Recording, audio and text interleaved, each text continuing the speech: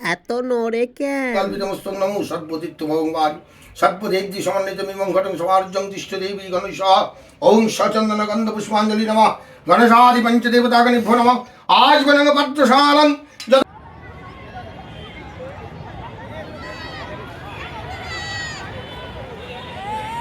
Hello guys, আজ সরস্বতী পুজো।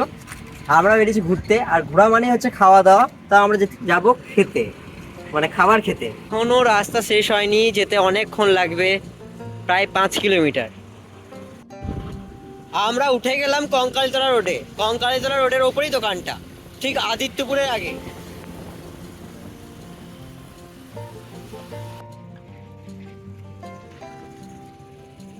আজ চলে এসেছি ষোলোআনা বাঙালি। তো এখানে ভেজ থালিতে কি কি আইটেম পাওয়া যায় সেটা দেখানোর জন্য।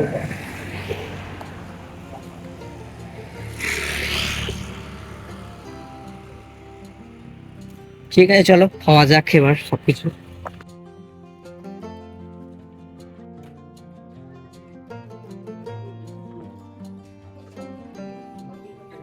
ভেজ থালি 170 অনলি।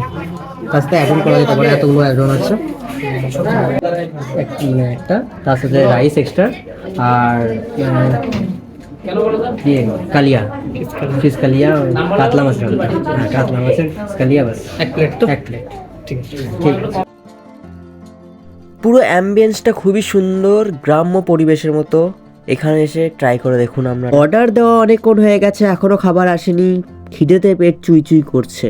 ফাইনালি খাবার দেখা পেলাম, আর খাবার পেয়ে আমি খুবই খুশি। ভেজ থালিটা সত্যি অসাধারণ দেখতে করেছে। খেতে যা হবে হোক, দেখতে খুব ভালো। আর আমি ফুড ব্লগার, প্রথম পাঁপড়টা দিয়ে শুরু করবো মনে করছে, বাট না, প্রথমে ঘি আসবে, তার জন্য ঘি দিয়ে দিল দাদা। আর লঙ্কা ছাড়া এক মুহূর্ত চলে না, আর ঘিয়ের জন্য নুন আর লঙ্কা একদম বাটি করে দিয়ে গেল। ব্যাকগ্রাউন্ডে টি সিরিজের গান লাগিয়েছিল, তার জন্য আর দিতে পারলাম না ভয়েস। অনেকক্ষণ হলো বকাবকি, অনেক কিছু। এবার হবে খাওয়া। ভুলভাল করে খাবো সেটা কিছু মনে করবেন না, বাট খাওয়াটা দেখুন। থালিতে ছিল ভেজ ডাল, পোস্ত, ফুলকপি রোস্ট, আর এদিকে রসগোল্লা, এদিকে চাটনি, পাঁপড়, বেগনি, আলু ভাজা, লেবু, ঘি আর ভাত। আর কি চাই? তার সাথে এক্সট্রা একটা জিনিস অর্ডার দিয়েছিলাম। এটা আমরা ভেজ থালির সাথে অ্যাড অন করেছি কাতলা মাছের ফিশ কালিয়া, 180 টাকা। অনেক বকাবকি হলো, অনেক বাজে বকা হলো। এবার খাওয়া শুরু করা হোক, দেখা যাক ভেজ থালিতে কেমন। 170 টাকা কি এটা ঠিকঠাক? প্রথমে ঘি নুন দিয়ে একটু ভাত ট্রাই করা যাক। গরম ভাতে ঘি নুন দিয়ে খেতে কি না ভালো লাগে। আর কারা কারা বাড়িতে ঘি নুন দিয়ে ভাত খাও, একটু কমেন্টে জানাবেন। আমরা ধরে নিলাম ফুলকপি রোস্ট। রোস্ট বলা যাবে না অ্যাকচুয়ালি, এটা তরকারি টাইপের। আর এই নাকি ফুড ব্লগার যে রোস্ট আর তরকারির মধ্যে পার্থক্য বোঝে না। ফুলকপির তরকারিটি দারুণ ছিল, সত্যি দারুণ ছিল। আর প্রথমত আমি একটা বড় ভুল করে ফেলেছি, যেটা আমি একটু পর বুঝতে পারি। এই বাইকটা নেওয়ার পর বুঝতে পারি যে আমি বেগনি খেতে ভুলেই গেছি। এতক্ষণ পর বেগনি খাচ্ছি। আলু ভাজাটাও খেতে ভুলে গেছি। সেটা খাবারে প্রথমে হয়, সেটা লাস্টে খাচ্ছি। কেন? আমার প্রচণ্ড খিদে পেয়েছিল। আর নিয়ে নিলাম ফিশ কালিয়া, পেটি পিসটা। বাচ্চা থেকে বুড়ো পেটি খেতে খুব ভালোবাসে, তাই আমিও খেয়ে নিলাম পেটি। ফিশ কালিয়াটা বলবো না খুব রিচ হয়েছে, খুব তেল বেশি, এরকম কিছু বলবো না, নর্মাল ভালোই খেতে, দারুণ ভালো। কিন্তু মাছের ভেতর আর একটু স্বাদ ঢুকতে পারতো। মাছের ভেতর স্বাদ বলতে বোঝাচ্ছি মাছের ভেতর যে নুন মশলা যে একটু ম্যারিনেশন করে যেটা হয়, সেটা বলছি।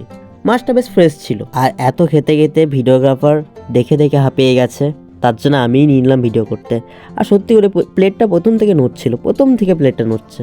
আর লাস্ট নিলাম আলু পোস্ত। আলু পোস্ত না গরুর দুধ বোঝা মুশকিল।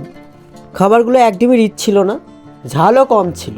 বাচ্চাদের থেকে বুড়োদের পর্যন্ত খাওয়া যেতে পারে এটা। আর একটা সিক্রেট ইনফরমেশন দিয়ে দিচ্ছি, এখানে লেখা আছে শেয়ারেবল থালি হয় না, বাট সত্যি হয়। একটা থালি কিনুন, তার সাথে আর একটা এক্সট্রা রাইস কিনে নিন, তাহলেই হয়ে যাবে শেয়ারেবল। কিন্তু ভেজ থালি যেটা আনলিমিটেড থাকে, সে আনলিমিটেড থালিটা বন্ধ হয়ে যাবে। তো শুধু আপনারা যা যা কোয়ান্টিটি দিয়েছে সেই কোয়ান্টিটির ওপর খেতে পারবেন না, তার সাথে এক্সট্রা রাইস দিয়ে খেতে পারবেন। আচ্ছা, আর একটা কথা তো বলতে ভুলেই গেছিলাম, 180 টাকা আপনারা পেয়ে যাবেন 2 পিস কাতলা কালিয়া। আমার খাওয়ার শেষের মুখে চলে এসছে, চাটনি নিয়ে নিচ্ছি। চাটনি খেয়ে নেওয়ার পর আর সুইট ডিশের মধ্যে আছে রসগোল্লা। রসগোল্লা খুবই সুন্দর, খুব সুন্দর ছিল রসগোল্লা। তাই আমি একটু খুশি হয়ে এত সুন্দর ভিডিও করার জন্যে আমি একটু দেখলাম যে ভিডিওগ্রাফারকেও খাইয়ে দিই। আমি যেখানে যাই জায়গাটা পুরো ফাঁকা ফাঁকা করে দিই, ঠিক এইরকম। এটা ছিল খুব সুন্দর। আজকে ছিল ভ্যালেন্টাইন্স ডে প্লাস সরস্বতী পুজো। খাওয়া দাওয়া কমপ্লিট হয়ে গেছে, এবার বাড়ির দিকে রওনা দিচ্ছি। আস্তে আস্তে যাচ্ছি, প্রচন্ড পেট লোড হয়ে গেছে, আস্তে আস্তে যাওয়াই ভালো। চলো বন্ধুরা, পরে দেখা হচ্ছে। খাওয়া দাওয়া শেষ করে এবার মাঠে এলাম বসতে। প্রচন্ড বেশি খাওয়া দাওয়া হয়ে গেছে, তার জন্য একটু রেস্ট নেওয়া দরকার, আর রেস্ট নিয়ে চলে যাবো বাড়ি। আপনারা ভিডিওটা দেখতে থাকুন, লাইক কমেন্ট সাবস্ক্রাইব করে দেবেন।